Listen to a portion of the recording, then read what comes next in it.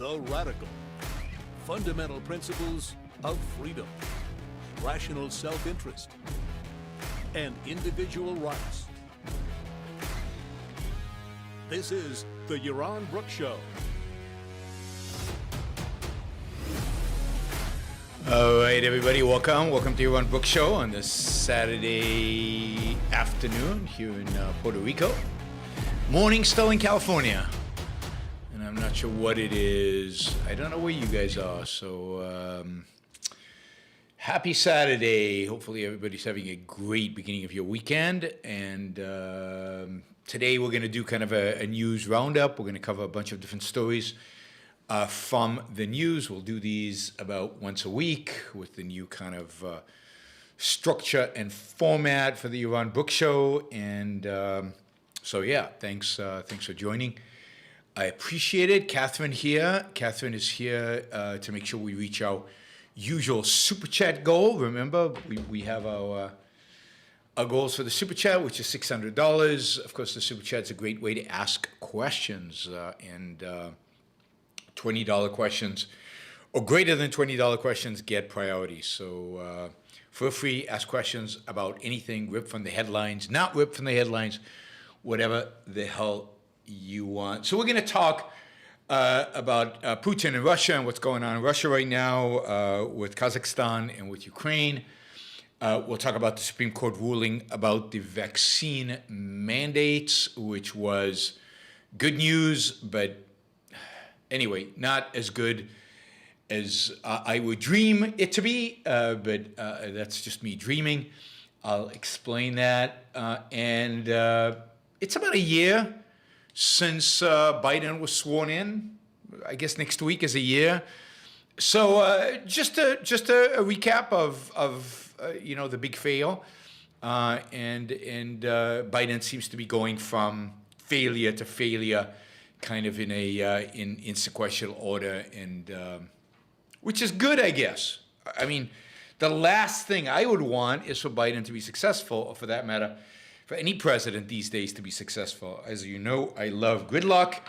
I love politicians who fail. Don't get their agendas passed, because almost all of their agendas are really, really, really bad. All right, before we do that, just a few quick keys, kind of on the headlines, just to get you kind of up to date, maybe news you haven't heard elsewhere. This is like a positive story. I don't know how many of you heard this. This is really, really, really good news, and that is, according to the National Student Clearinghouse Research Center, I didn't even know there was such a thing, the National Student Clearinghouse Research Center, according to them, college enrollment has declined by 5.1% from the fall of 2019 to the fall of 2021. So 5% less Americans are going to college. That's terrific news. Fewer people getting brainwashed with the nonsense that our universities are teaching these days. Maybe, hopefully, this means that universities will have to hire fewer PhDs. Maybe that'll mean that there will be fewer PhDs trained. That assumes that universities respond to economic incentives, which doesn't always turn out to be true. But generally, fewer kids. Hopefully, this is mainly humanities. They don't break it down. At least, I'm sure the report breaks it down. I haven't looked at the report, but we could go and check out the report and see where the 5% decline happened. But generally, I would say fewer kids getting brainwashed from the really bad leftist professors and the few really bad rightist professors is probably a good thing, particularly in a world right now where there are lots of jobs. You don't actually have to have a university degree to get a job. Jobs are plentiful, and there are lots of alternatives to get even good paying jobs, like programming boot camps and other ways in which you can go and get get training and actually be productive out there. Robert says, no question, but will 100 people give $6 or 10 people give $60? Why not both? Remember, if the dollar's rolling in, Yaron Brooks will stop asking. That's right, I'll stop asking. And I'll keep talking. The more dollars roll in, the more I talk. I mean, globally, worldwide. I'm just in the process of planning. I know some of you don't like this. In the process of planning like a 4 weeks of travel in Europe. I don't know. You assume anywhere between 7 to 10 talks. So 30 to 40 talks in Europe in the spring. So again, if you're in Europe and you're European, if you have access to a student group, a think tank, a university, a business, any kind of institution that would like to hear me speak, let me know. We will schedule it. We will make it happen. Now's the time, because now's the time we're planning. We're planning the travel schedule for the spring. So let's get it rolling. Brian, thank you. Thank you for the support. Jonathan says thank you for the tireless public advocacy for reason, not politics. I happen to think Ayn Rand would approve and be proud. I learn something every show. Thank you, Jonathan. I really appreciate that. Actually, the way he spelt it, he said, I learned something every shoe. And that reminded me of the shoe fund. You remember we did a shoe fund? Oh, God, it must be 2 years ago, where we got a bunch of money coming in to buy me new shoes or something like that. I can't even remember what it was. Given that I'm doing the show right now barefoot, maybe. So thank you, Jonathan. Thank you, Brian. Thank you, Robert. All right, talking about wages, and this will interest Jonathan, but talking about wages and jobs and everything. Right now, Wall Street banks are just paying through the roof to get people to come and work there. It is an unbelievable time to be somebody entering the financial industry, particularly entering Wall Street, really, the big banks, the big financial institutions, salaries, bonuses, signing bonuses, one-time rewards just to stay at the firm and not go elsewhere, are just exploding right now. Goldman Sachs is paying millions of dollars in one-time rewards on top of annual bonuses. On top of annual bonuses. People, only those at the highest rung of the ladder will receive these millions of dollars. But entry-level salaries at all these banks are now way into the six figures. I mean, they've always been in the low six figures. Now they're way into closer to 200,000 than to 100,000, and some over that.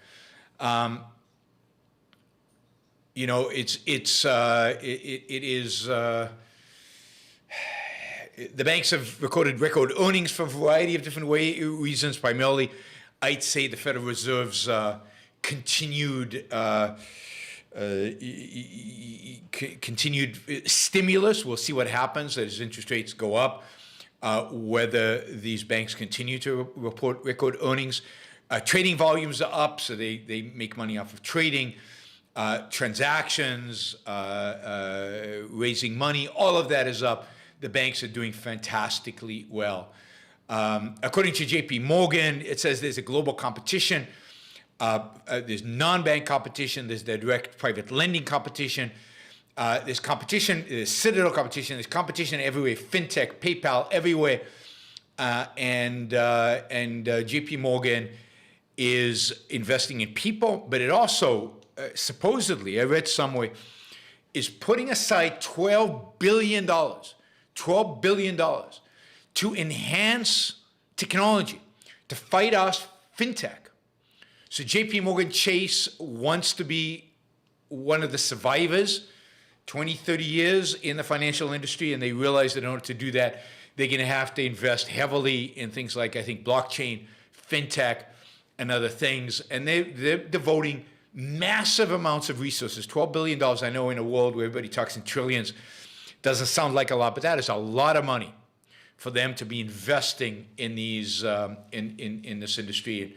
CEO Jamie Dimon is committed to spending that money. Even Citibank, probably the worst big bank in the United States, has seen compensation expenses rise 33% in the fourth quarter. That's new people plus significant raises that they've given people.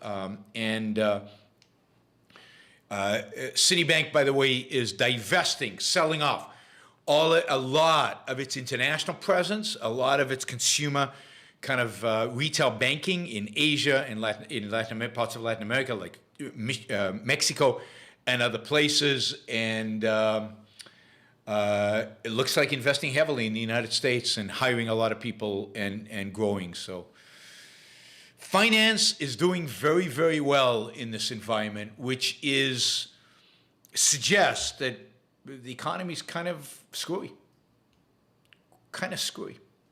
Right? House prices continue to go up. Prices jumped 15% last year over year, I think in December, while inventory of houses fell 11%.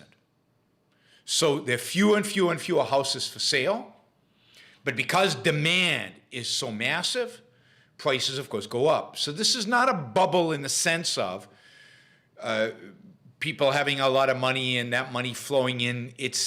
There's about 10 million houses shortfall in the United States. If you look at household creation, new households, and you look at the supply of housing, there's a massive shortage. And that is driving home prices up. Median house in the United States is $382,900. I think in California you could buy a shoebox for that. That relates to Jonathan Honing's shoes. You could buy a shoebox for $382,900, and you could set up a little house in the shoebox with that kind of money. $382,900. I bought a house for a little bit under that in San Jose, California, in 1993. That was at the bottom of a decline in house prices in California. My guess is that house today sells for, I don't know, 8x, somewhere between $2 to $3 million. That was 1993. 30 years later, 8, 9x. Thomas Schubadam relates this statistics for you. In the Bay Area, just in the Bay Area, since 1980, population has grown 40%, supply of housing has grown 3%. What's that going to do? Drive prices up, drive homelessness up. There you go. The whole story of housing in that statistic is just not enough homes. And the reason is not in my backyard. People don't want more building. They want green spaces. They don't want more cars in the streets, so they don't build.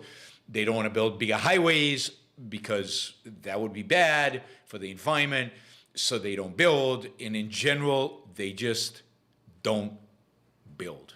And as a consequence, in places where there's demand, like in Northern California, but also in other places around the country, like in Austin, Texas, and other places, housing prices going up. Housing prices don't go up quite as much in Texas, not because there's no demand, but because in Texas there is supply. In Texas, the NIMBY phenomena, the not in my backyard, they're not building enough. There's a lot less of that. There's a lot less of the anti-growth mentality in Texas, and as a consequence, there they build. There's more of that in Austin, so they build less of that in Dallas, so they build more.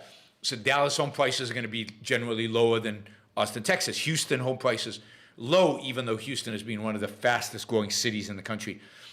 For decades now, its home prices have not gone up because supply has matched demand.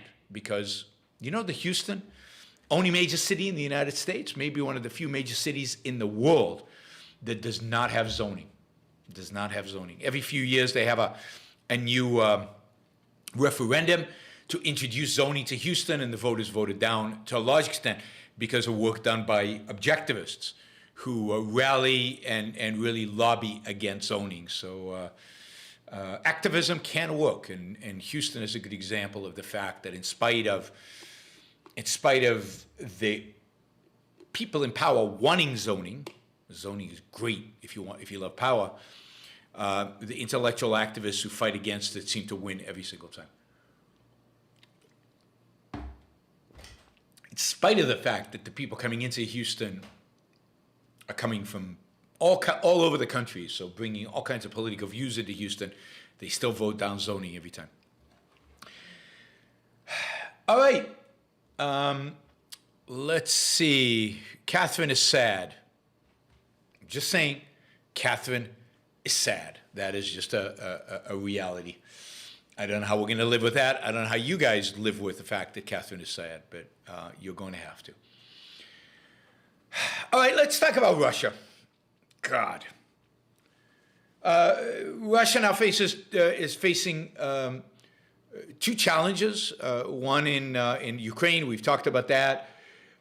Russia is amassing troops on the border of Ukraine. They've got over 100,000 troops on the border. There's a lot of saber rattling and a lot of indications, a lot of threats from the Russians to invade Ukraine, a lot of threats from the West that if they do, really, really bad things will happen, a lot of fighting, a lot of meetings, a lot of negotiating, which doesn't seem to make any difference because Russia has only one real condition that it is setting, and the West won't meet that condition. On its southeastern front, one of its allies, the dictator whose name I won't try to pronounce, of Kazakhstan, has faced significant challenges.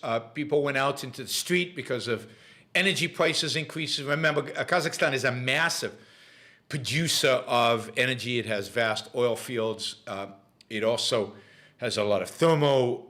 It has relatively cheap energy prices. It's why a lot of crypto is mined in Kazakhstan. A lot of Bitcoin is mined in Kazakhstan because energy prices are low.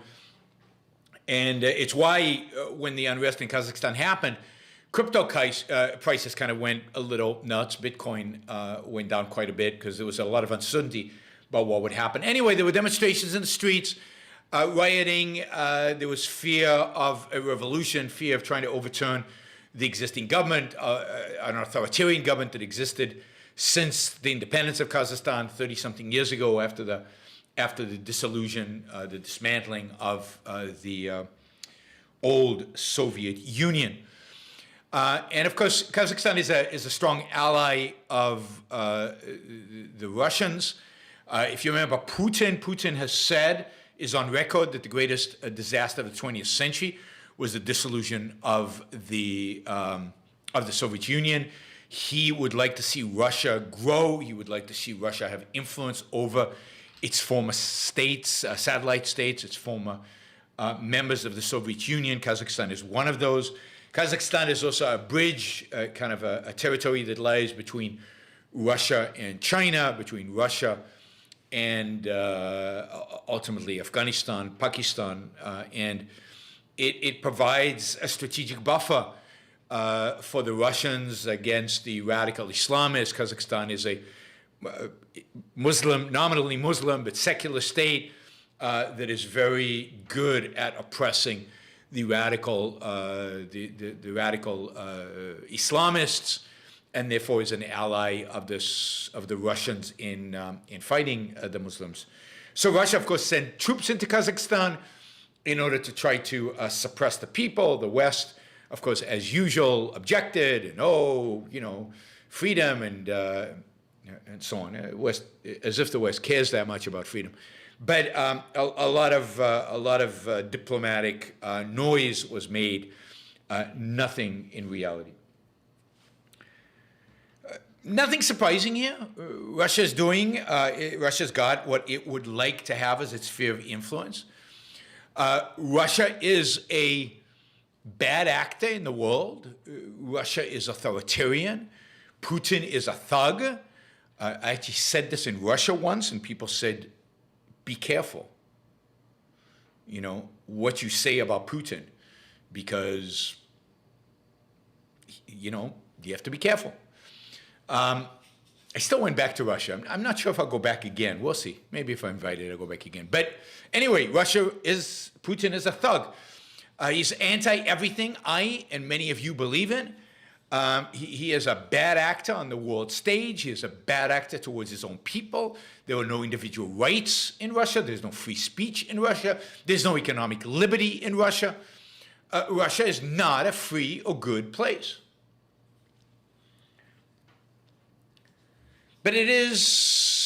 But then the question is, so what should America do about that? And my answer to that is nothing. It's none of our business, in a sense. I mean, we should speak up against it.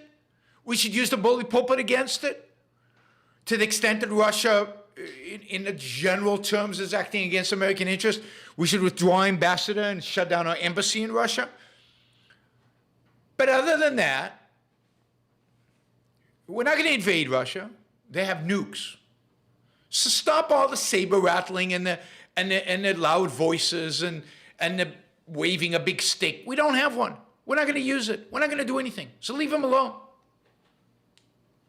Let the Russian people, if they want freedom, get rid of Putin. So America is not going to come to defense of the people of Kazakhstan. Again, moral support, right? Moral support, ideological support, yes, absolutely. We should stand up and call Putin a thug, call Putin's policy anti-human, and support the uprising to the extent that we think it's good in Kazakhstan against those people.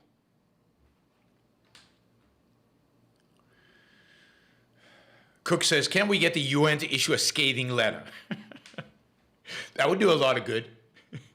We could get the Secretary General of the UN to wag his finger.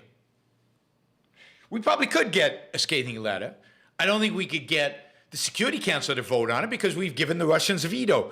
So Russia could veto anything Security Council says. Why are we even in the UN? Why isn't the UN in Caracas or Moscow or somewhere like that where they belong? Why are they in New York City? Why are we even members? I don't know. I don't know. Now, I like Ukraine. I support freedom for Ukraine.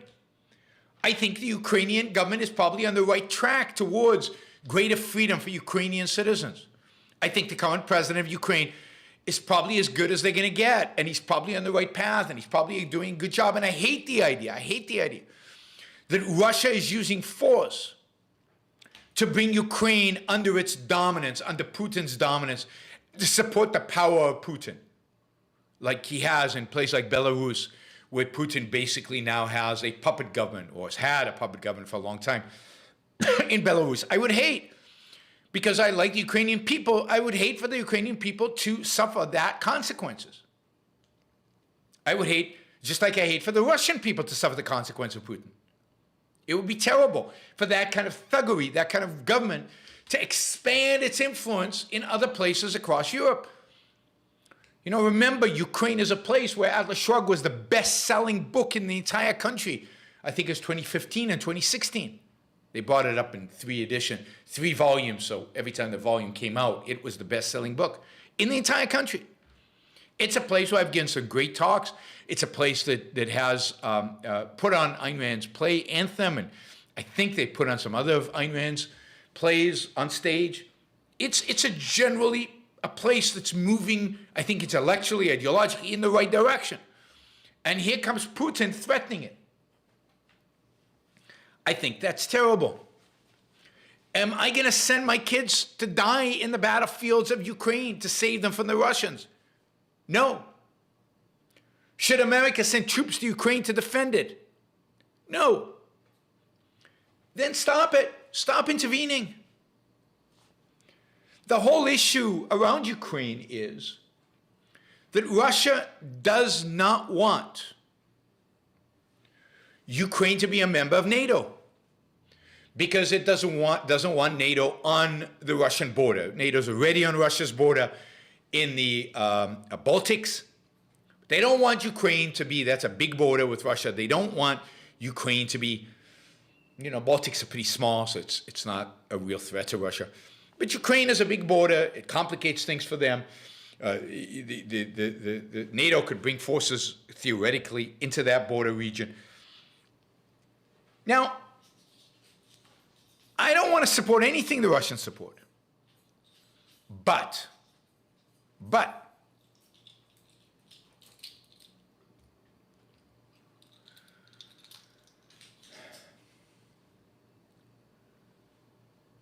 I don't believe NATO, America should be part of NATO. I don't believe the United States should be in NATO. I believe we should close most of our bases in Germany and in the rest of Europe. We should sell them missile defense system, or we should employ missile defense system if it protects the United States. If they want to buy missile defense systems from us and they're allies of us, sure, they can have the missile defense system. But Americans do not, should not, be willing to send their kids to die for the sake of Ukrainians or Germans or French or Italians, Spaniards, Greeks, whatever. You know, you get the point. So I don't think the U.S. should be involved. The U.S. should leave NATO and let the Europeans decide. And if I were the Europeans, I would say, you know what? Let's cut a deal with Putin, where Ukraine basically becomes a non-intervention zone. We won't make it part of NATO. He won't enforce his will on them. You can't really even force Putin to abide by this agreement, but at least you get it on paper. And do we really want to go to war with this? Do we really want to put German kids on the front lines to defend Ukraine? Probably not. So let's just come to an agreement that Ukraine is a no man. The Russians won't put troops in it. The NATO won't put troops in it. Let's just encourage Ukraine to be as independent as it can be. But the United States has to dabble. It has to intervene in ways that make no sense. It's not protecting its interests, not if its interests mean the individual rights of its citizens. It's not protecting the rights and property of Americans. It doesn't need to intervene in Europe. It doesn't need to intervene in Asia. It doesn't need to be everywhere in the world. It shouldn't be the world's policeman. We shouldn't be sacrificing the lives and treasure of Americans for the sake of protecting every little dinky country in the world. Let them protect themselves. Let them form unions to protect themselves. I mean, remember, Ayn Rand, during the Cold War, was against NATO. Her view was, if the Europeans don't want to defend themselves against the Soviet Union, then they deserve the Soviet Union.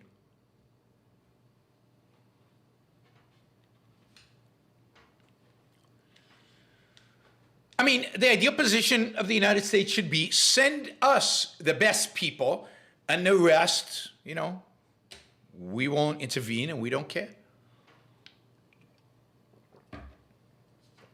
That's wrong. We care, but we don't intervene. I care when freedom is abridged. I care when people are oppressed. I care when people are not free. But to fight, one only fights. To use force, one only uses force.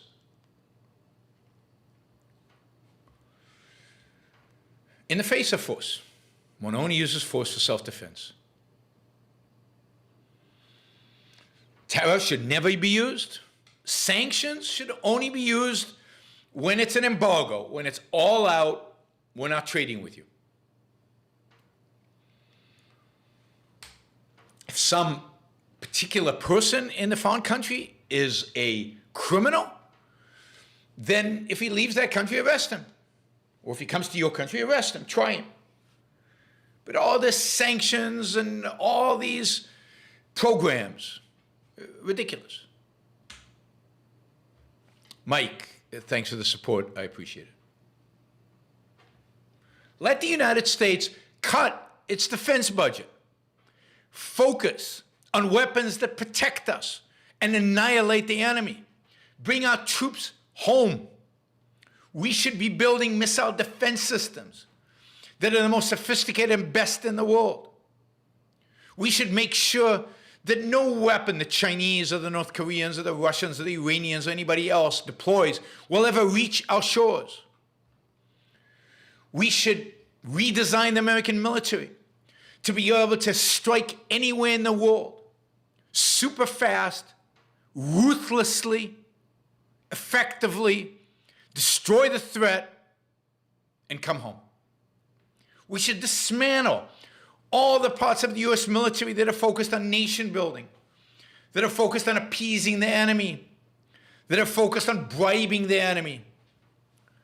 We should build the most ruthless, potent, destructive military force in human history that can be deployed quickly and ruthlessly.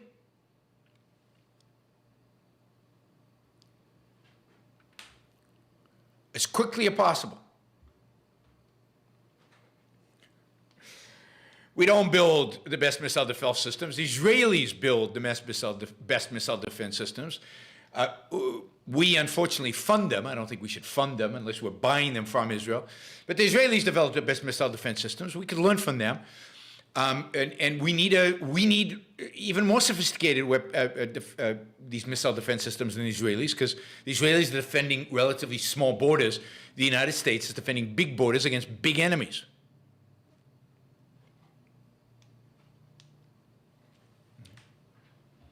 Not difficult to demonstrate the ruthlessness of our weapon systems. Just take a lousy country like Iran and, and destroy every single remnant of a hint of a capability to develop nuclear weapons. You could destroy that in a couple of afternoons, and then we could go back to telling the world, don't mess with us. Just don't mess with us. Leave us alone.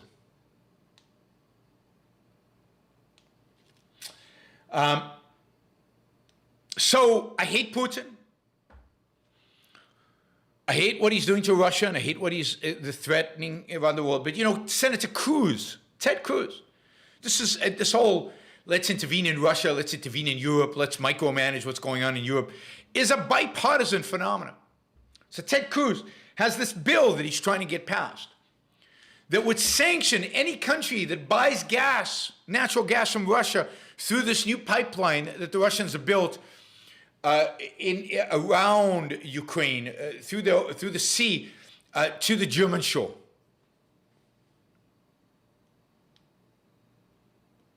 I hate Putin. You should hate Putin. If you don't hate Putin, something wrong with you, I think. He's bad for human life, and you should hate that which is bad for human life.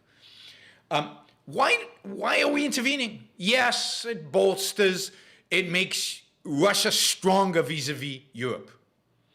Yes, it makes Ukraine's bargaining position more difficult because they don't control the gas lines that go from Russia to Europe. None of that is good.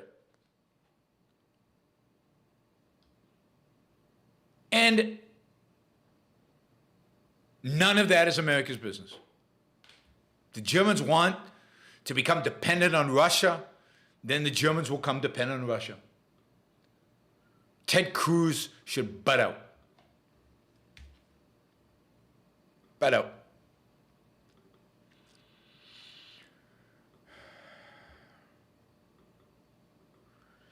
Alex says, you often complain about the amount of the budget spent on military, but then you say how we need the best military systems. Is this a contradiction? How much money should the military get? I don't know. I'm not an expert on that.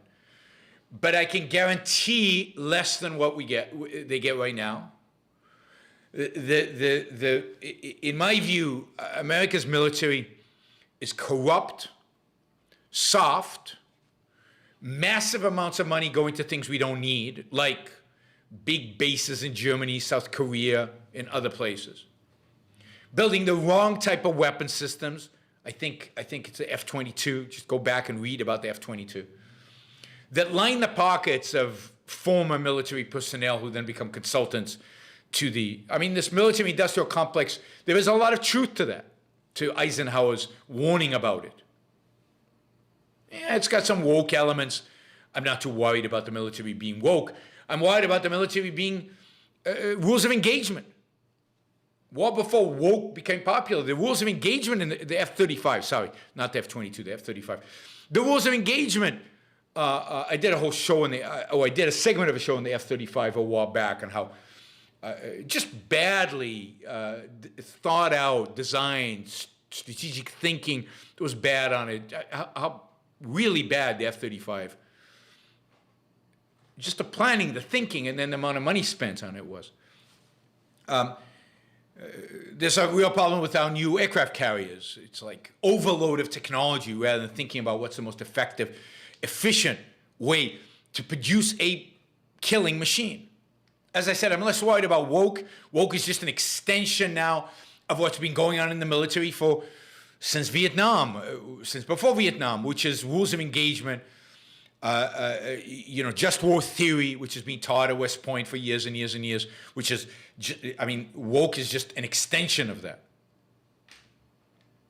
Instead of viewing the military as a ruthless killing machine, it is a mechanism to build nations, to make the world a better place, and to fix social injustice. So there's a lot of work that needs to be done to trim the military from all the fat, the nonsense, the inefficiencies, to figure out a way to procure military equipment that is not corrupting, and is not as cost inefficient as it is today. There's a lot of work, thinking, strategy that needs to be applied to the military. And then you need to think about, okay, which kind of military systems do we need to build? Do we need, for example, massive amounts of tanks? Now, again, I don't know the numbers right now, but do we need massive amounts of tanks and artillery? Who are we going to engage in on a conventional surface war? So the kind of military equipment we want, the numbers we want, the kind of deployment mechanisms we want, and then it has to be the most advanced technologically in the world. And look, I said last time, we spend more on the military. We spend more on the military than the next 11 countries in the world. That includes China and Russia and Israel and Saudi Arabia that spends a lot, and all these countries. We spend more than 11 countries combined. We spend, 3 or 4 times more than the Chinese do. Maybe even more than that, than the Chinese do. What we need to do is become more efficient, more focused, and again, more technologically advanced than anybody else. And that would be easy to do even with a much smaller budget if we focus the military on what it's supposed to do, what it's supposed to be. Right? And it's not easy. The whole issue of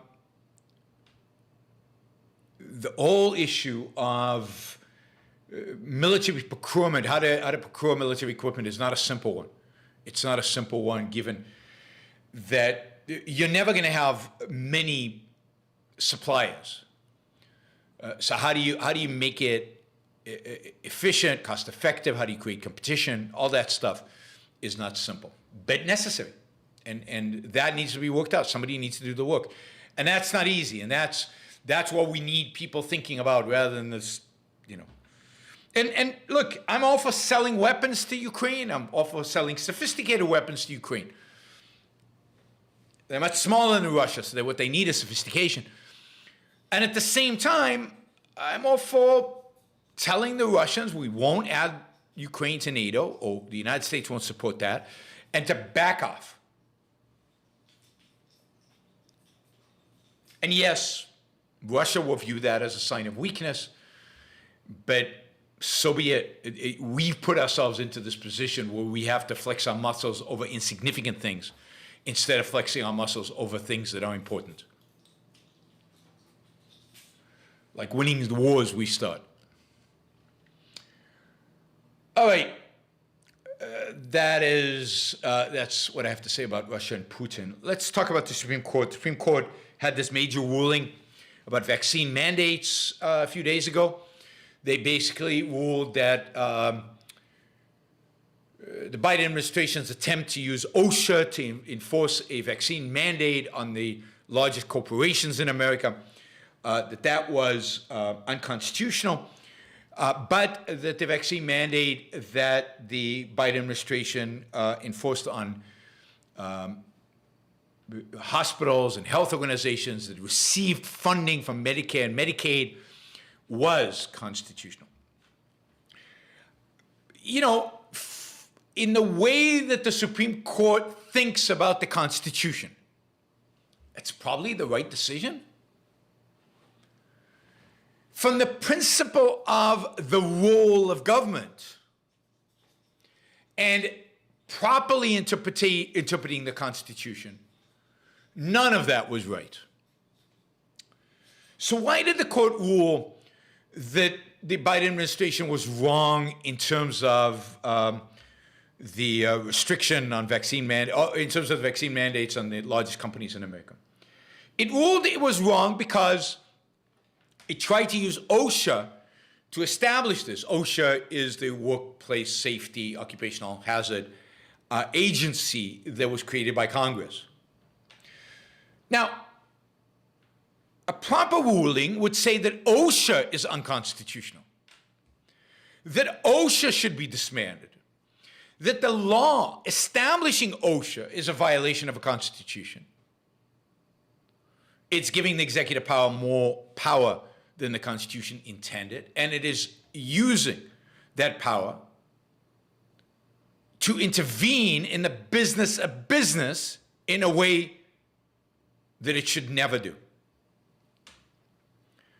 The Supreme Court ruled, and it would be amazing but unrealistic and not in my lifetime, that the Supreme Court should rule that the vaccine mandates were wrong because vaccine mandates are wrong. It's not the role of government to tell us what medicine we should or shouldn't take. It's not the role of government to dictate our health care.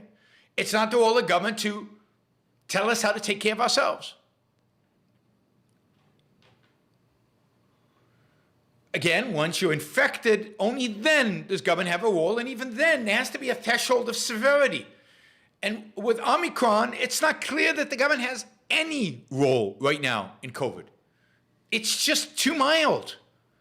It's not significant enough to rise to the level of the government intervening on anything, on any aspect of this. Maybe at the beginning of COVID, it did. Maybe with Delta, it was severe enough. It's not now. Clearly not now, even for older people. As many people are saying, it's endemic now, leave it alone, it's another flu. People will die. People are going to die from it. People are going to be hospitalized. The hospitals might even be overrun. Let's think about building hospital capacity for emergencies. But enough. Government has no role here. Zero, zilch. And I wish the Supreme Court would rule like that, but it's not going to, because it doesn't have a view on the role of government. So what did it rule? It basically ruled that the law creating OSHA didn't give OSHA the authority to do something like a vaccine mandate. But if the law had been written differently, or if Congress wants to write a new law, then a vaccine mandate would be legitimate. That is, the problem here was that the executive branch, through OSHA, has no ability to enforce a vaccine mandate. Not that government has no ability, it's just a procedural thing. Instead of doing it through the executive branch, the Supreme Court is saying if you want a vaccine mandate, you have to pass a law. So the quibbling today on the vaccine in the Supreme Court is about how to violate our rights, not about whether to violate our rights. Not about whether to violate our rights. And this is the basis for the Medicare and Medicaid. This is why they said yes to vaccine mandate on health workers who work for hospitals who get Medicare and Medicaid, because the way the law is written regarding Medicare and Medicaid gives the government a lot of authority about how those entities are run, including, according to the Supreme Court, the authority to mandate vaccination. Again, no principle here other than we go by the law. Now that's okay. That's better than nothing, right? Going by the law is good. But wouldn't it be good? Wouldn't it be good to think about the principle behind it? The idea that this is none of government's business. It's not the job of government. But of course, if they had that conception, if they had a conception of that, then they would advocate for Medicare and Medicaid to be unconstitutional. They would advocate for OSHA to be unconstitutional, the FDA to be unconstitutional, the CDC in its broad scope to be unconstitutional. But that is a Supreme Court that I will not see in my lifetime. I hope some of you youngsters out there will see in your lifetime. But that would be a Supreme Court that is actually guided by principle, guided by a constitution, guided by a proper understanding of the Constitution, guided by the idea behind the Constitution, at the foundation of the Constitution, which is the idea of individual rights and the role of government as the protector of individual rights, not as the runner of our lives. A Supreme Court that understood that the general welfare doesn't mean a modern interpretation of welfare. It means leaving people free, because that is the general welfare. Leaving people free to live their lives, protecting them from force and fraud, defining property rights, defining violations of rights, and helping define them, and then protecting them. That's it. Unfortunately, even the founders were not consistent about this, but that's the kind of Supreme Court that can overturn 100 and something years of statism in this country. And until we get that, we're stuck with what we have today. Michael, thank you. That's very generous. He says, no question today, just a contribution, since I haven't tuned in for a while. Yes, thanks, Michael. You did 139.99 Canadian dollars to bring it to 100 US dollars. It seems like the Canadian dollar is getting weaker. During the financial crisis, I think there was a period where it was 1-to-1. Okay, Ginger asks, okay, I'll take this question because it's a $50 question before we get to the final topic, which is Biden. Read Tuesday's topic. Frederick Law Olmsted toured the South in 1857 to 1867, concluded South much poorer because of slavery. Absolutely. Wrote, quote, Cotton Kingdom about what he saw. Still reading, so don't know to recommend, but very interesting so far. Thank you, Ginger. Really appreciate that. Yes, I mean, there's no question that the poor that the South was poor. Yes, there were a few very wealthy slave owners, landowners, agricultural plantation owners, but the rest of the South was poor.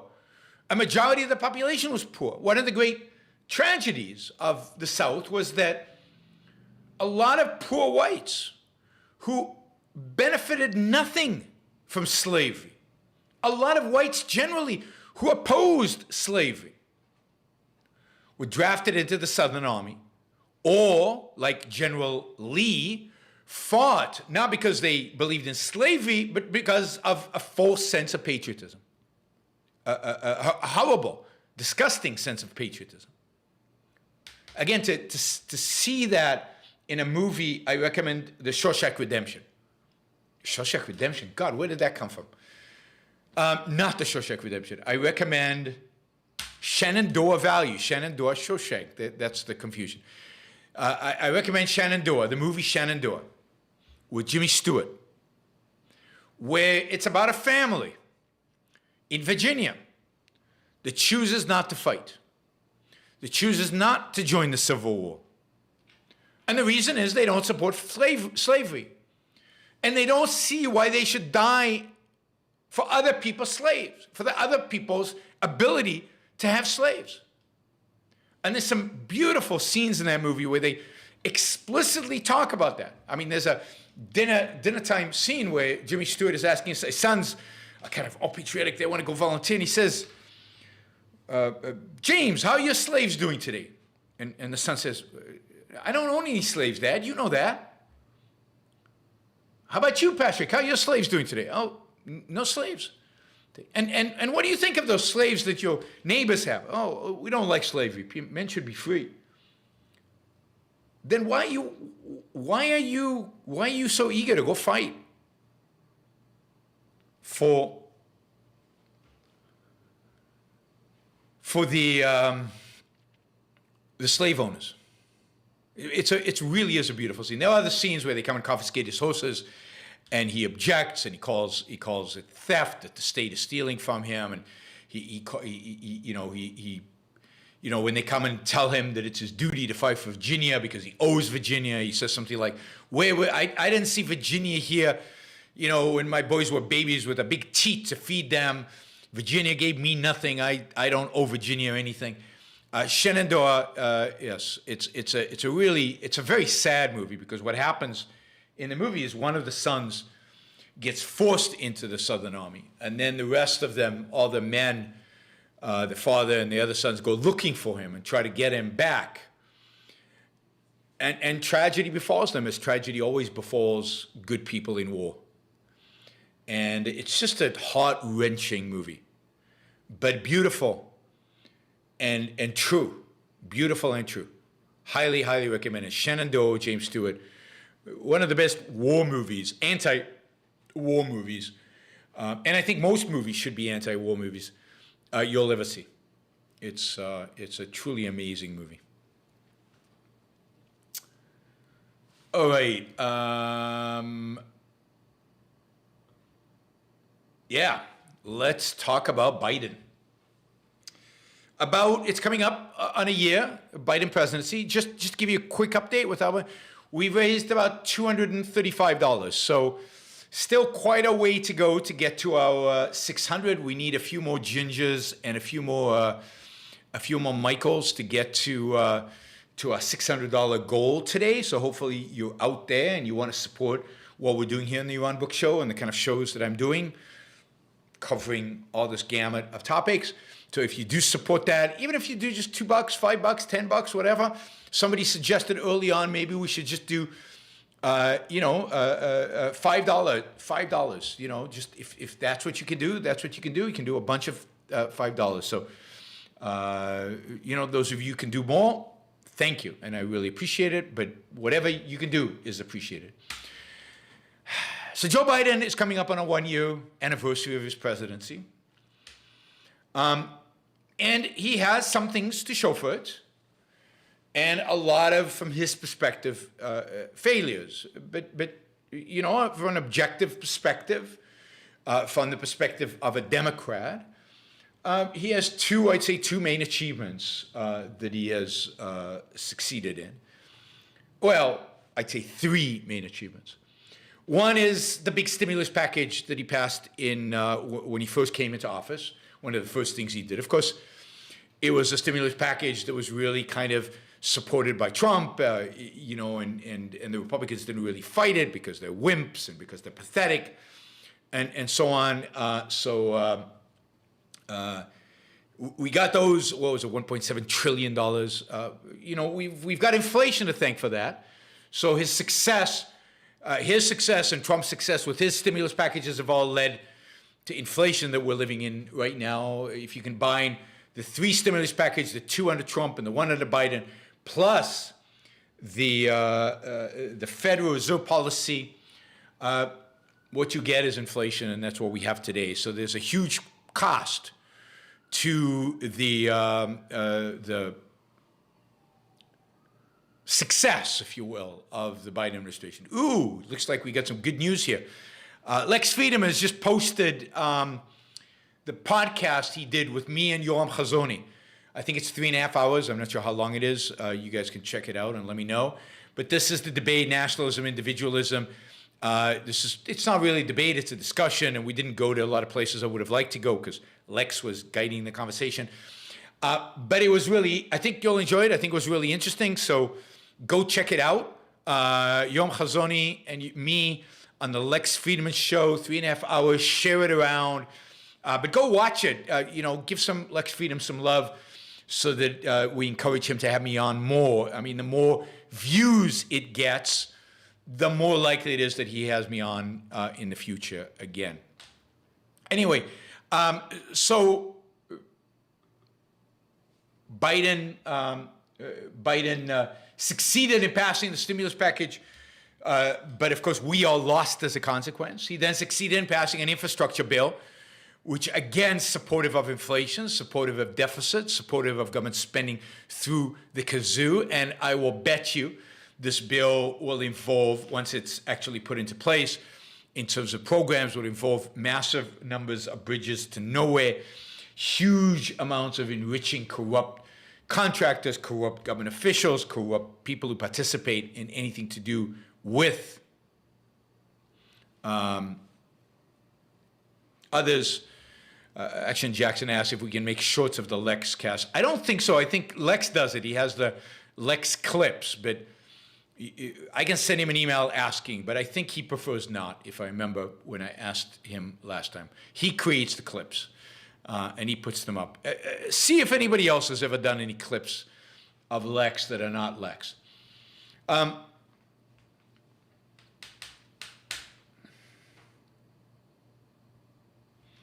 But then Biden, of course, has now run into, so Biden has brought us inflation. That's his big success. Now, he got help from Trump. I'm not saying it's only Biden's fault, and he got help from the Fed, but Biden is definitely a part of that. But Biden has failed by his own standard. He did not get his big social programs agenda passed, the other $1.7 trillion bill. He has not gotten his so-called voting rights bills passed. Indeed, they have failed. He has not achieved any of his goals with regard to COVID.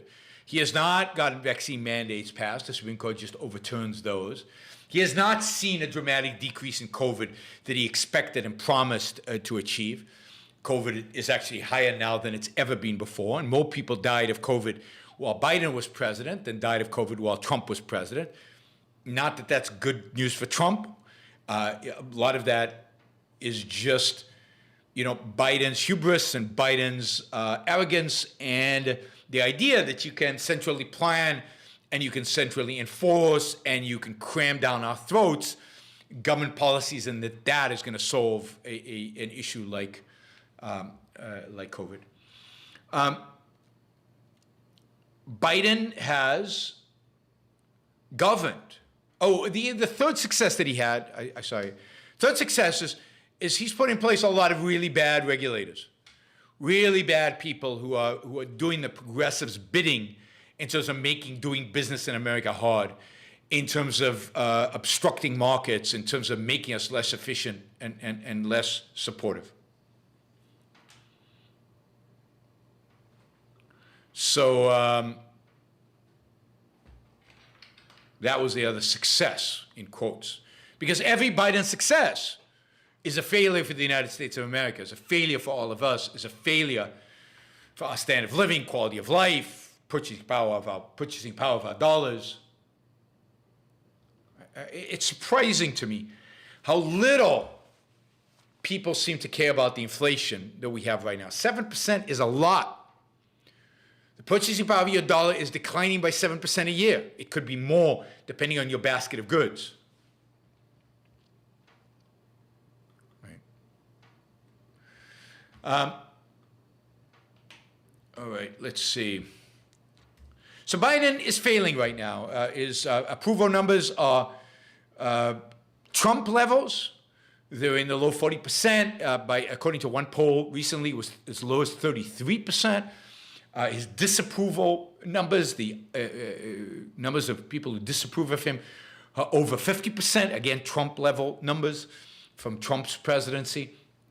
On every front, people don't like what's happening. The economy is not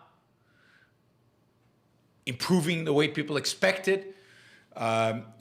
Job creation is not as high, anywhere near as people expected coming out of the COVID crisis. Inflation is way higher than anybody anticipated.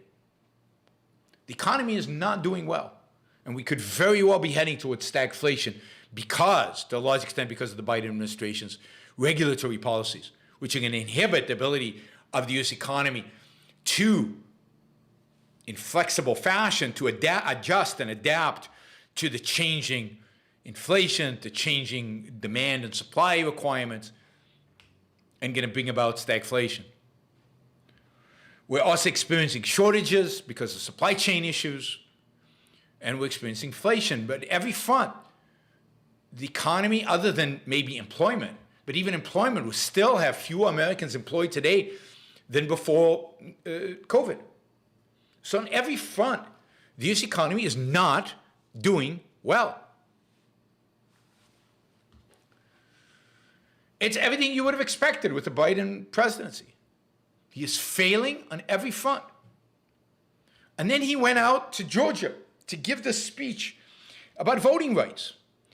And he sounded, it was almost like he was channeling Trump, but flip side, right? I mean, it was like he was hysterical. Jim Crow 2.0, really? What are you talking about? Yes, I think there are real issues with voting in America. Yes, I am actually worried about the 2024 election, given Trump and given what Trump is willing to do to win. But that's more about the people who are going to be elected to certain voting positions, and I blame the Republicans primarily for that. But you're not going to fix that, and you don't have to federalize election law in order to fix that. And once you federalize election law, imagine what happens when a Trump-like person gets elected and they have control over these laws. It's a really bad idea to federalize election law. I mean, one of the nice things is to have these experiments in different states. And he went off the charts in terms of his craziness. Even Dick Durbin, who's not exactly a conservative, a leftist Democrat, said that, maybe the president went a little too far. Yeah, these people are nuts. And what's surprising about Biden is that he's always been a centrist his entire career. And yet, it's almost like, I don't know, maybe he's too old, too senile, too uninterested, too bored. I don't know what it is. Doesn't have enough energy. Maybe because he's not willing, he has no capacity. No capacity to actually govern. So he's letting his progressives do everything for him. And they're crazy. The left wing of the Democratic Party is completely nuts. And he's letting them dominate. And instead of actually trying to govern from the Senate, negotiating with Republicans and trying to get bills passed, which I don't like, I wouldn't like those bills, but instead of being what you'd expect a centrist Joe Biden to be, he's letting the left dominate. And as a consequence, he's losing. And he's really going to lose in the midterm election in 2024 if he continues on this path, because the American people are not rabid leftists. They're not way out there on the left. They're just not, and they're going to reject that. Now, since Richard is making these claims on the chat, let's spend a minute differentiating my views from Tucker Carlson. Tucker doesn't agree with me on any issue that I raised today. Tucker is a friend of Putin's because he admires Putin as a strong man. He thinks Putin is fantastic. He is not interested in condemning Russia on anything Russia does. Yes, he's not interventionist, but primarily he's not interventionist because he likes Putin and he likes Russia and he likes strongman tactics like Putin's. Indeed, somebody has asked here, why are conservatives favorable to Putin? Because they're jealous of him. They're jealous of his muscles. They're jealous of the fact that he can rule. that he doesn't have to appease Congress, that he doesn't have to ask anybody's permission, that he does whatever the hell he wants. In other words, they are jealous of Putin's authoritarianism. That's why Trumpists like Putin. I have not heard Tucker Carlson say he wants to leave NATO and leave other parts of the world. I have not heard Tucker Carlson talk about how to win wars and what to do about wars. I haven't heard Tucker talk about any of those things. He wouldn't know what was required. He would have no clue unless he was told by one of the conservatives what to do. We disagree about foreign policy on many issues. Do I agree with Tucker about the vaccine mandates? No. Tucker doesn't believe that it's not the role of government. Indeed, Tucker and many people in Tucker's worldview, this guy Vermeule in Harvard, this law professor, Vermeule, conservative law professor, is a big advocate of vaccine mandates because he wants the government, when it's run by conservatives, when it's run by people like him, to have that kind of power. Does he believe that the role of government is only to protect individual rights? No. Is that Tucker's view of government? No. Is that the way he frames these issues? No. Did Tucker oppose the stimulus packages? Trump's stimulus packages? No. Did Tucker oppose Biden's stimulus package? I don't know, but I doubt it. Certainly not quasi-stimulus. I'm just, filling in. I know Tucker was Thursday, but it's never, there's never enough time to go after everything regarding Tucker.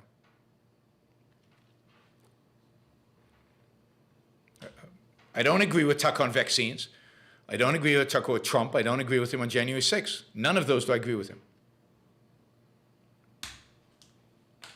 He's BS on all those things. And he's BS on when he criticized Biden, because he is just a statist. I'll never forget the Tucker show where when Elizabeth Warren came out with her economic plan, Tucker said, I kind of agree with almost everything here. Tucker Carlson, a fan of Elizabeth Warren's economic policies. So there's nothing about Tucker Carlson that's similar to me. All right.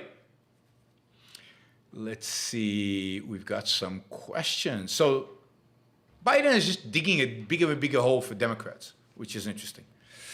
Okay, just a quick update on where we are. Thank you, Wes. We'll get to Wes's question in a minute. 322, so about halfway. We can do it. I know there are people out there who can help us get to the 600. Don't forget to like the show. There's less than half the people watching right now have liked the show, and a lot of people been in and out, so don't forget to like the show before you leave, if you liked it. All right, let's see. Wes asks, in a more rational society, would companies have to spend so much time on PR? It's frustrating to see companies bend over backwards to explain why every decision they make is something more than we think it would help us make money. Of course, you're absolutely right, Wes. I mean, think about all the money that in a more rational world companies would save. They've had to spend a lot less on PR. A lot less on PR. And their marketing would be more rational and more effective. They wouldn't quite spend as much time appealing to the basest of our emotions, and maybe more time appealing to our brains and our minds. Also to our emotions, but also with a hint of what marketing is supposed to do, which is provide us with information about what our options we have. But imagine a rational society in which companies didn't have to spend so much time on HR, on human resources. God, think of the amount of money every business in America spends on making sure they're woke enough, and before woke, politically correct enough, And before that, I remember in California, businesses had to just put up on the wall all these pieces of paper. And all of that implied, imagine a world in which businesses could hire and fire people at will. Imagine a world in which companies didn't have to explain and excuse and apologize for every decision they made. Where the CEO didn't have to go out and present some kind of bogus altruistic explanation for the latest profit-seeking endeavor that they engaged in. Yes, there would be a lot less public relations, and what a world that would be. So much more efficient, so much more productive, so much wealthier, so much better for all of us. We live in a world in which corporations are brought to their knees. Yes, they still make a lot of money, but they're brought to their knees. They spend huge amount of effort and time, and where a lot of entrepreneurs never engage because they don't want to spend the time on this nonsense. So absolutely. Sabina, thank you for the support. Really, really appreciate that. Thank you. All right, I have 3 questions left, and then we're going to call it a show unless you guys ask more questions. We're looking for about $250, $260 more dollars. That would be great, but in any case, we've got 3 questions. So at the end of the questions, that's when we end the show. All right, let's see. Let's start with Paul, who's been waiting for a while. Now there are millions that want to emigrate to U.S. Do you think prioritizing for English-speaking STEM graduates would be a good thing? Do you think about point system for immigration? Look, I have stated exactly how I think immigration should work in the United States.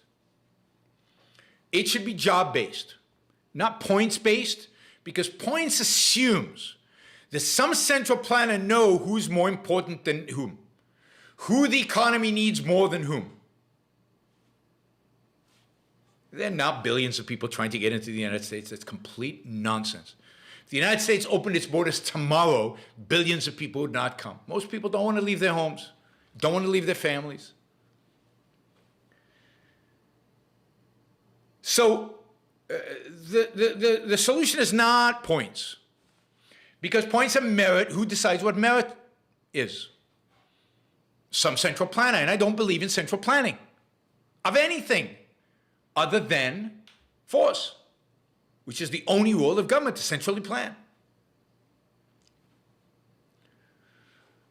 Even want to get in. Most people don't want to come to America. Let me say that again. Most people on planet Earth don't want to come to America. Most people can't afford, a lot of people, not most, a lot of people can't afford to come to America. They couldn't get here, couldn't buy the airplane ticket. I believe that anybody who gets a job should be allowed in.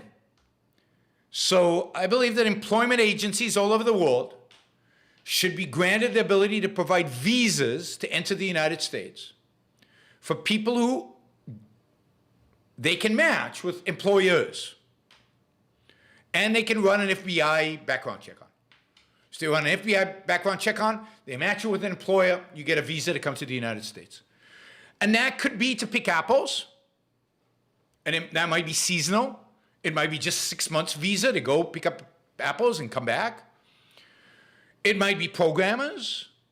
It might be, people who work in farms year-round. It might be waiters for restaurants, which right now have a massive labor shortage. It might be chefs. Basically anybody who can get a job in the U.S. and who has an employer who's willing to guarantee that they will pay them a wage when they get to the U.S. should allow them to come in. And then bring them in. Anybody who can get a job in the United States, who therefore is not dependent on welfare, is not dependent on social services, who's paying his way, should be allowed in today. Should be allowed in today. Again, point systems that emphasize STEM. I've often said, Anybody who graduates from an American university with a STEM degree should get a green card pasted onto their diploma. We send them back to their countries so they can start companies there instead of start companies here. But overall, we should not be biased towards STEM. We should be biased towards work. And again, anybody who can get a job in the US should be allowed in. And again, any kind of job. Any kind of job that, let's say, they can make a living off of.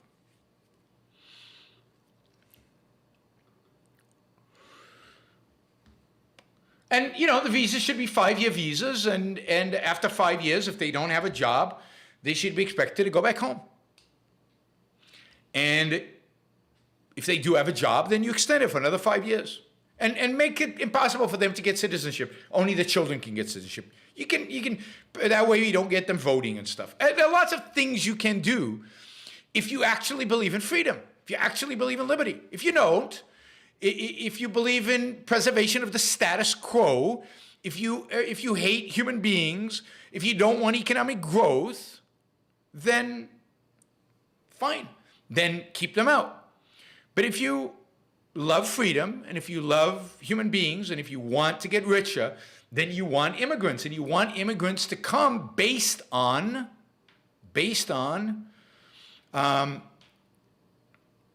what do you call it? Based on supply and demand. Do people need them?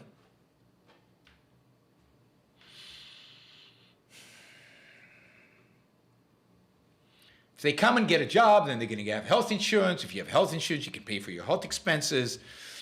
You know, they pay taxes. Suddenly, that's important to people that people pay taxes. I mean, what's the issue? What's the issue? All right. Let's see. More questions. Michael asks, I saw Rand Paul do your iPhone bid in a talk he gave. You know, I've been at events with Rand Paul. I'm sure Rand Paul has seen me do my iPhone shtick. I'm always happy that people are mimicking me. But it is my shtick. And anybody doing the iPhone shtick is copying it from me, not anybody else.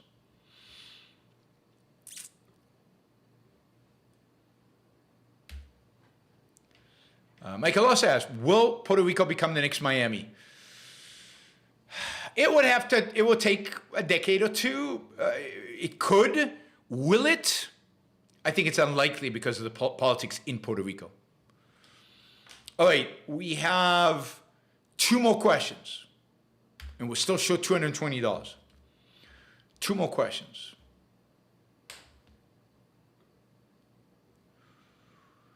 Roland sees, I've just seen that season 2 of Emily in Paris has come out. Looking forward to watching it. Any other recent shows you like? Yeah, I saw that. I started watching Emily in Paris, and I didn't enjoy it as much. I stopped. It became silly and cheesy, and I thought the first season was kind of fresh and pro-American and interesting, and the conflict between the French and the English. Season 2 became a little ditzy, and I didn't like it as much. Sorry. Maybe you'll like it, but I didn't. Any other recent shows you like? I mean, yesterday I watched the final episode of the final season of the sci-fi show, Expanse. And I like Expanse. I mean, I found the final season, disappointing. It was rushed and unsatisfying because there were a lot of open threads left. Maybe there'll be spin-offs, maybe there'll be other stories, we'll see. But it left too many threads open, but it was a great show.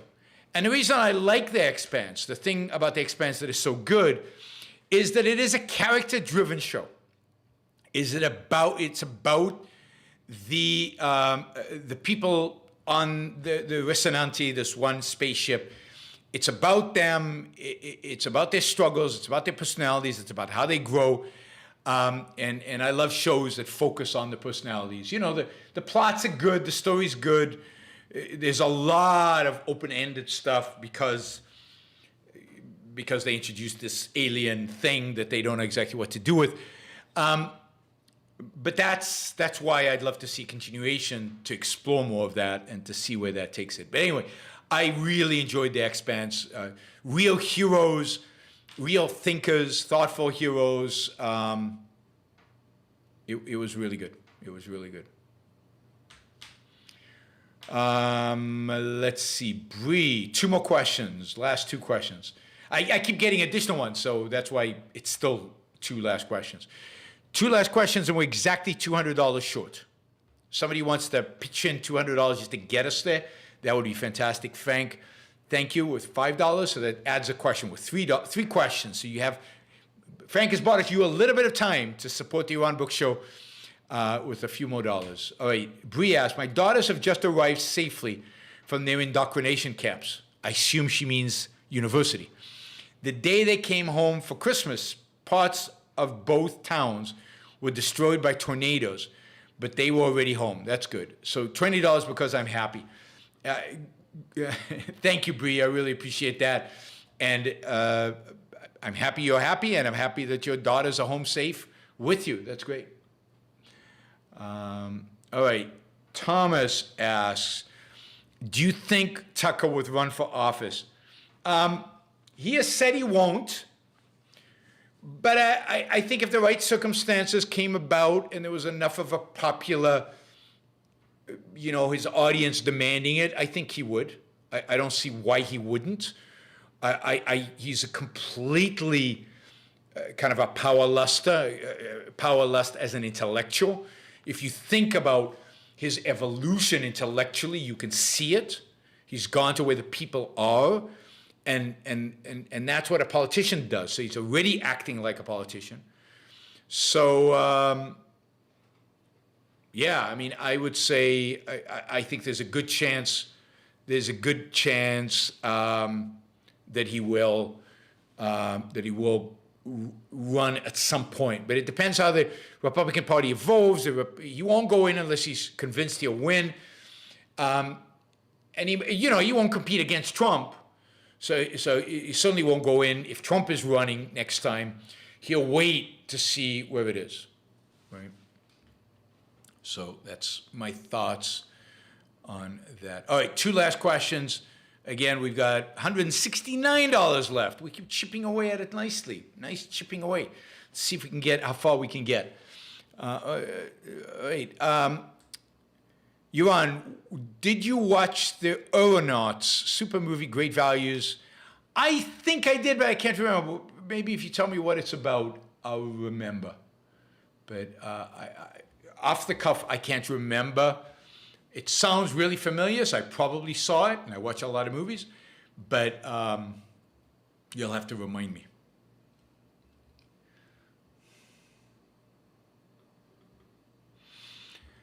Frank says, in It's a Wonderful Life, Bailey is on the phone with Sam and tells him an old tool plus die building could be bought for a song. Chat about business.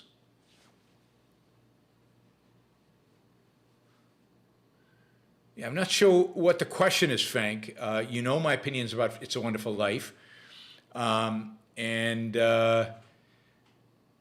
I haven't seen it in a while, so I don't remember that. But I believe that It's a Wonderful Life is an anti-American movie. It's a movie that celebrates altruism. It's a movie that is anti-finance, anti-success. And it's a movie fundamentally that celebrates sacrifice. Sacrifice for the community, sacrifice for the family, but sacrifice. Not following your dreams, not doing. George was benevolent, not when he wanted to commit suicide.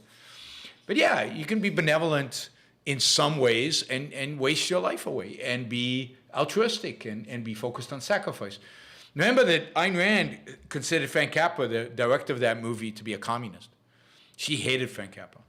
And I'm sure she didn't like It's a Wonderful Life. I'd be surprised. She didn't like any of his movies. Ram asks, I'm not even sure what currency that is. Don't know. Dr. Book, what do you think about the high minimum wage passing scores of CFA this year? The high minimum passing scores of the CFA this year. Yeah, that was interesting. So the CFA is Certified Financial Analyst. it's a test that you do, and you get this certification as a certified financial analyst, and it helps you get a job in finance. And it's one of the hardest exams to begin with to get certified at anything. It's not a government accreditation, so it's a industry designation. Industry designation. I don't think the government, it's not like a licensing for the government, right? But Ragnar, thank you. Ragnar of the Desert just put us over the top. He does that periodically, comes in and just puts it over 600. I really, really appreciate that. He's one of the significant supporters of the Yaron Brook Show, best supporters of the Yaron Brook Show, both monthly and periodically, with a big contribution on the Super Chat. So thanks, Ragnar. What's interesting about the CFA is the 3 CFA tests. You have to pass all 3 to get the designation. You do 1 a year. It takes you. It's very difficult to study for it. People invest a lot of time, a lot of effort in studying for those exams, usually the second exam is the toughest, and typically pass rates on these exams are below 50%. Very discriminatory. The tests are very, very discriminatory. They discriminate against people who don't know the material. This year had the lowest passing rate for the first year ever, for the first test ever. Only 22% of the people who took the test passed it. Now, I don't know why that is, but I have to say that an employee of mine at the hedge fund, a guy, Justin, who works for me, who I hired, a year and a half ago, before COVID. Well, it's 2 years now. Hired him, is it 2 years ago? 2 years ago now. Hired him 2 years ago. Was one of the 22% who passed. So I hire smart people. What can I say? Well, so it was, I don't know. I don't know if the test was tougher. I don't know if it was just harder to study because of COVID and everything. But the fact is, imagine a test. How many tests have you taken in your life where the pass rate was 22%, and people spent months and months and months studying for this? So that, I like it. I like high barriers. I like the fact that in some places there's still an idea of merit, still an idea of, yeah, we're not all equal. Some people know more than others. All right. 2 last questions. I've said that, like 22 times? Peter asked, what is your view on philanthropy? Is it related to altruism? I really enjoyed the show again today. Philanthropy depends on your motivation. So for some people, philanthropy is altruism. For some people, philanthropy is sacrifice. They are either doing it out of a sense of guilt, which is unearned. They're successful and they've been made to feel guilty for their success. They do philanthropy, and that's bad. In that sense, I think philanthropy is bad. They do it out of a sense of they're expected to do it. Again, bad. They do it out of a sense of it's their moral duty to do it. That's altruism, bad. But then it could be they do it like you guys are doing it, right? I think a lot of this is philanthropy. You guys you don't have to pay to listen to the show. And that's a value. Something is a value to you. Helping poor people is a value to you, so you give money to help poor people. Usually, if it's a value to you, you make it more targeted and you focus in on charities and on things that do it well. So it really matters what your incentive is. Is your incentive is I don't know, you love children, or you really care about people who are hard up on their luck, and you really monitor the charity to make sure that the money goes to the right kind of people, the kind of people you want to help? Or is it that you only give charity to philosophical causes that promote your ideas? So it really depends. Philanthropy can be altruistic, can be irrational, or it can be completely irrational, completely egoistic, and completely selfish. So, all right. We keep getting more questions. Now, I had 2 questions when 5-10 minutes ago. Now I already have 3. So they only grow. I keep answering them and they grow. All right, Al asks, I don't have the $500 for movie review, but I watched Encanto. And I think Disney actually made a movie that shows the evil of altruism. My son really liked Encanto, so he has good taste. So not that I'm doubting yours, Al, but I'll have to watch it. All right, Andrew asks, do you think Tucker is aware that he's spouting BS? Or has he desensitized himself to saying whatever he thinks will appeal to the clique? I think he's desensitized himself. I think he can't tell anymore. And I think to a large extent, he lets other people write the stuff. He kind of generally, yeah, big is bad. Yeah, overpopulation is not good. And he lets young ideologues or young, but I think he's completely desensitized. I don't think he knows. And he's convinced himself that this is the right cause, even if, and I'm sure what he thinks is, yeah, some of the stuff I say is wrong, but the cause is a good cause. Yeah, sometimes some of what I say is BS, but the cause is a good cause. Adam's just brought in $100 to take us into $750 territory, very close to $750. He says, do you see anyone that acts and talks objectively, whether they know it or not? Portnoy, Barstool, Keith McCullough, Head Gay, come to mind and always looking for more. Not necessarily that you agree with them, but at least they seem objective. Yeah, I mean, Scott Alexander from Astra's whatever. Scott Alexander from he has the Substack that's Astra something. I don't know. Again, on some issues, people like Steven Pinker, on some issues, there's some others that have Substacks that I mentioned over the shows that I think are fairly good in terms of being objective about the information they provide. I don't know Hedge Gay and I don't know Barstool, so I don't know either one of them. So I'll have to look at them to see. But Astro Codex 10 is the guy I was talking about. He's the guy who I did the whole ivermectin from his write-up. And I use his stuff often because I like his stuff. I don't agree with him on a lot of things. He's certainly a lot right on economics.